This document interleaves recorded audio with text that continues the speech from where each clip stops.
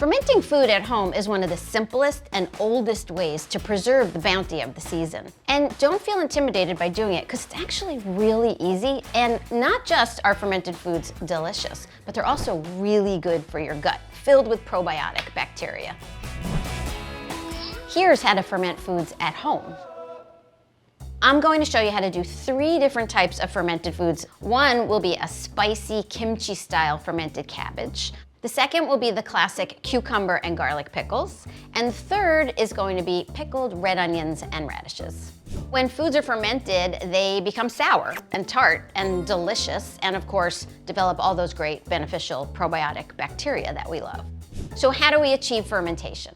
Well, it all starts by putting vegetables into salt water. And it needs to be kosher salt or sea salt or pickling salt, but don't use table salt. So for the kimchi, here's my quartered Napa cabbage. This has been soaking in salt water for about ½ an hour. This is just like a preliminary step. It starts to soften up the cabbage. I'm just gonna let this drain while I prep my other vegetables.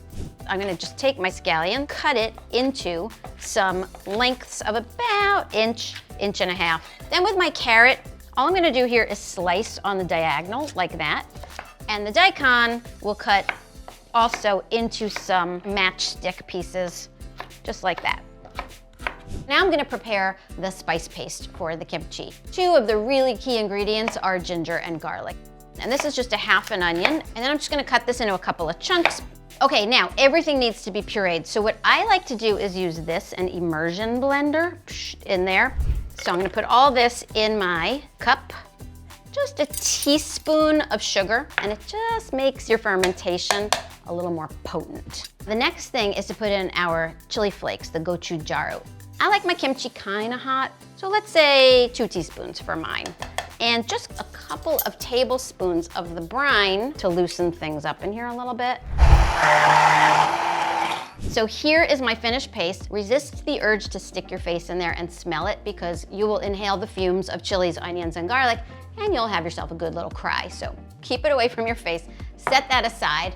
Now that cabbage has been draining, and then I'm gonna cut this up into 2-inch long pieces. And I'm gonna move my cabbage now into the bowl. I'm also going to add my daikon, carrots, scallions, and then I'm gonna get that paste into there. Now I'm gonna get in there and I'm gonna start mixing that into the vegetables. I wanna make sure I coat every piece, because it's the paste that's gonna make the fermentation happen. And I can feel this in my eyes. Whew. Whew. And we're back. So that's all mixed up. My eyes are watering from the paste, but that's part of the fun of cooking. Now I'm gonna grab my nice clean mason jar, and now I'm gonna start packing this all in.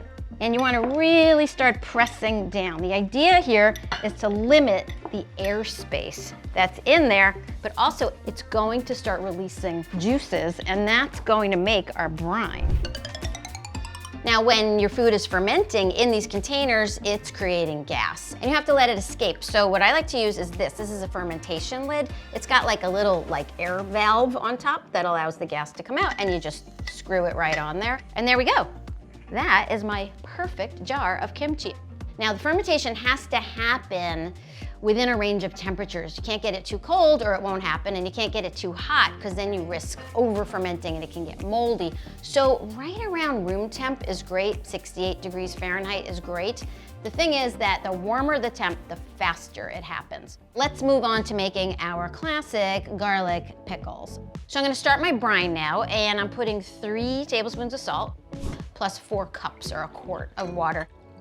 And then this is my own pickling spice mix. Coriander seeds, peppercorns, things like that. You can just buy pickling spice. I also have a couple of cloves of garlic, and those are gonna go in my jar. I'm gonna add the pickling spice to the jar. I'm not gonna put it in the brine yet, because it'll just float to the top and it'll be hard to pour out. Here we go. And I'm just gonna pour it right over my cucumbers. Make sure that everyone is in the pool, right? You wanna make sure that you're fully immersed. I'm gonna top that off just a bit, put on your lid. Now, you want this to sit someplace cool for a few days up to a few weeks. Let's move on to the pickled red onions and radishes. So I have my red onion and it's been cut in half and it's peeled, and I'm just gonna cut in fairly thick slices because I want these to stay a little crunchy. And then the radishes, I'm just gonna cut them in half, or you could go in quarters, but I like to leave them kind of big. I'm gonna go into another one of my canning jars. This is where also I wanna separate those onion slices a bit.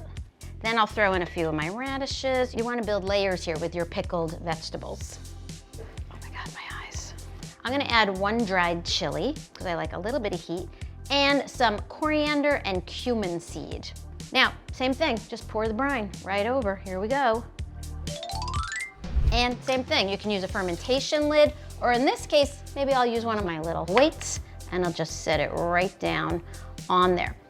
So there's our pickled, or to be pickled, radishes and red onions.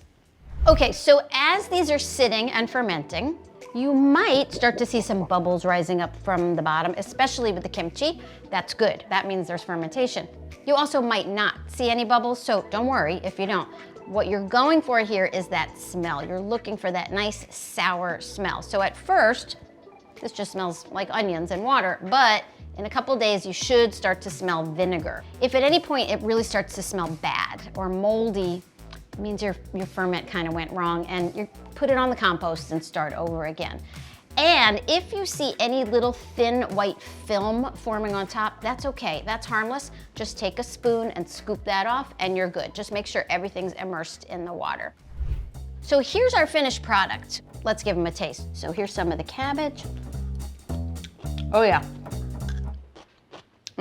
Whoa, those are great. Woo, sour. So remember, you want to keep them out on the counter or in your cool place until they're as fermented as you want. Get in there and taste them, smell them. And when they hit that perfect point, take off the fermentation lids, take out the weights, put your lid on and get them in the fridge. And then you can just keep them in the fridge for a long, long time, but you'll eat them before then because they're so good. For more cooking tips, go to aarp.org/food.